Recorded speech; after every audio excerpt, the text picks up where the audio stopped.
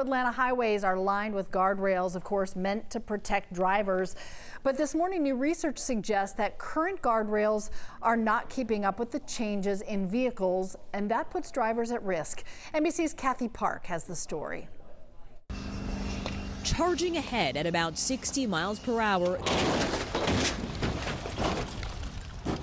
this 2022 Rivian R1T all-electric truck tears right through the steel guardrail. Watch again, it barely slows down before flying over the concrete barriers. In another crash test, this Tesla Model 3 lifts a guardrail, passing underneath it. The alarming results of a recent University of Nebraska-Lincoln study highlight a growing risk on roadways with more heavier EVs and gas-powered vehicles. In the 90s, lightweight pickups and SUVs made up about 10 to 15% of vehicles on the roads. Now that number has jumped to 50%. So are guardrails across the country keeping up with this trend and ultimately keeping us safe? As more vehicles become heavier and their centers of gravity change and their geometries change and move towards more electrification, we're going to have to prepare new roadside infrastructure to capture these vehicles as well.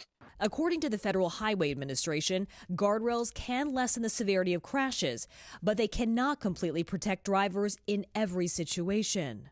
The goal of the guardrails is to deflect the vehicle back onto the roadway and keep it from going to a place where it would be in much bigger trouble. In this case, it's the drop-off. Transportation expert Kevin Heaslip says guardrail safety has improved over the years, but these infrastructure updates do take time and vary from state to state. If the standard changed, that doesn't mean all of the infrastructure changes right away. These roadside staples are now being put to a new test, with cars of the future exposing potential hazards.